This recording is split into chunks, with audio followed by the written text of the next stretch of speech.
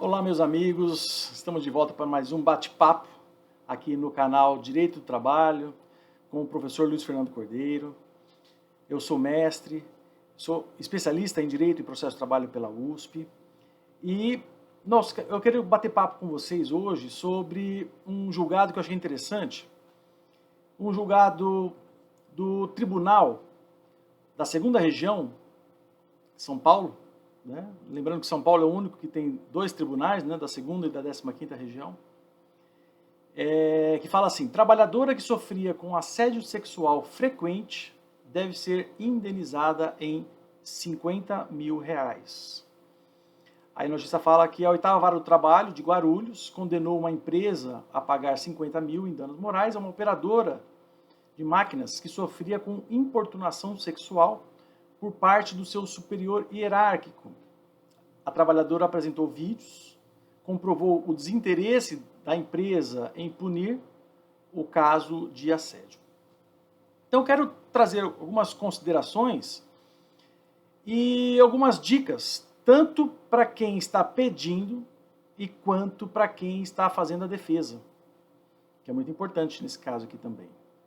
Então, aqui a trabalhadora, ela diz que era frequente.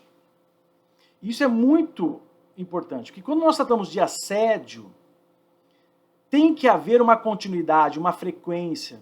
Não pode ser um único ato, porque um único ato pode gerar até um dano moral. Mas, para ser assédio, nós até temos um vídeo tratando sobre o assédio moral, tem que ter uma constância, tem que ter uma continuidade, não basta um único ato. Então aqui foi muito bem colocado que o assédio, ele era frequente. Então, muito bom o advogado, né, em colocar dessa forma e provar que havia uma frequência.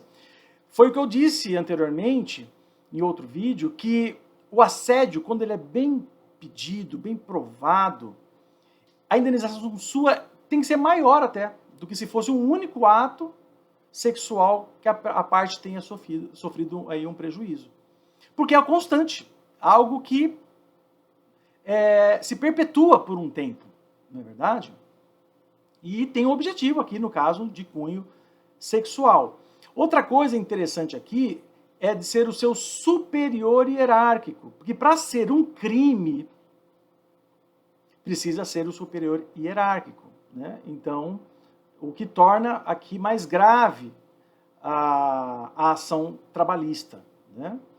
E veja que ela trouxe provas, porque a prova é muito difícil nesses casos, né? Então ela tem vídeos, você pode usar a sua cliente, né? Ou o cliente também pode ser assediado, né? Um homem pode ser assediado por uma mulher, para ele gravar vídeos, áudios, né? Com print das conversas. Isso é muito importante, porque a prova muitas vezes se torna difícil. Mas nesse caso aqui, ela apresentou vídeos, né? Ela fez um boletim de ocorrência, muito importante, porque não obstante não haver comunicação entre as esferas criminais e trabalhistas, uma, né, pode ser indício para a outra. Então, achei interessante também que ela fez um boletim de ocorrência. E ela provou também que a empresa se absteve. Ela tentou levar aos seus superiores e a empresa não fez nada.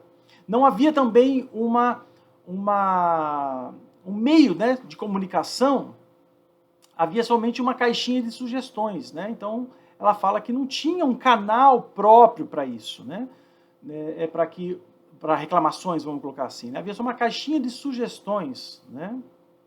Então as empresas elas têm que tomar muito cuidado com relação a isso. Hoje em dia não custa nada a empresa ela disponibilizar um e-mail para que tenha reclamações, né?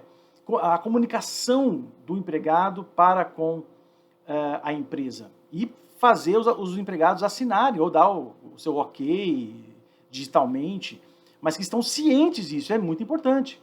Muito importante também as empresas, elas darem cursos, palestras a esse respeito, porque no que tange ao valor da indenização, acaba sendo muito menor. Se a empresa ela mostra uma boa-fé objetiva, não só subjetiva, mas uma fé objetiva, ou seja, ela deu palestras, comunicados, tem um canal próprio, a chance de ter uma indenização menor é maior.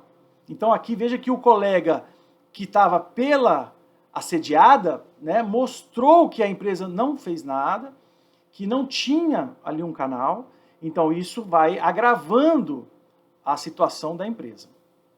Muitos às vezes me perguntam, mas professor, ela não pode entrar contra o assediante? Né? A assediada não pode entrar contra o assediante? Não, ela pode entrar criminalmente contra essa pessoa, tá?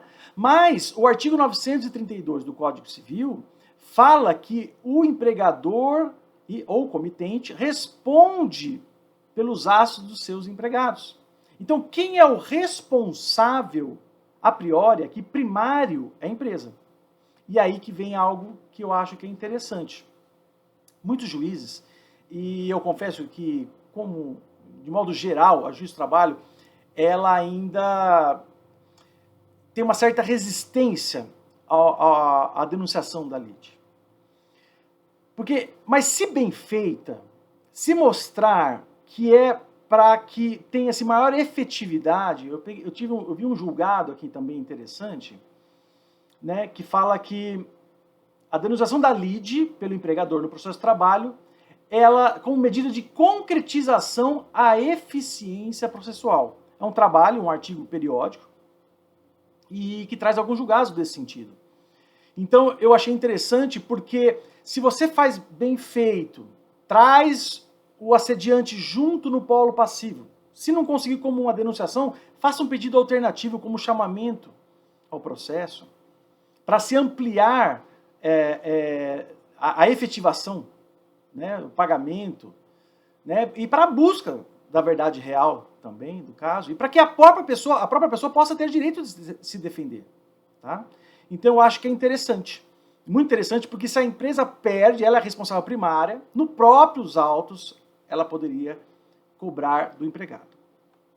Agora, não dando certo isso, e se esse empregado continua na empresa, tudo bem, mas quando esse empregado pede para sair, pede demissão, ou a empresa não quer ficar com ele, uma medida que pode ser feita é a empresa mostrar esse processo, mostrar que, não obstante ela ser a responsável primária, mas o verdadeiro responsável, né, dá o nome lá ao assediante, né, que ela mandou embora, e depositar as suas verbas rescisórias, entrar com uma conta, uma ação para depositar em juízo, né, uma ação de consignação em pagamento na Justiça do Trabalho. Não é, lembre-se que não é mais na Justiça Comum, já faz um tempinho, né, na Justiça do Trabalho, e pedindo ao juiz que só libere esse valor dependendo do resultado daquela outra ação. Né, e pede a suspensão do processo.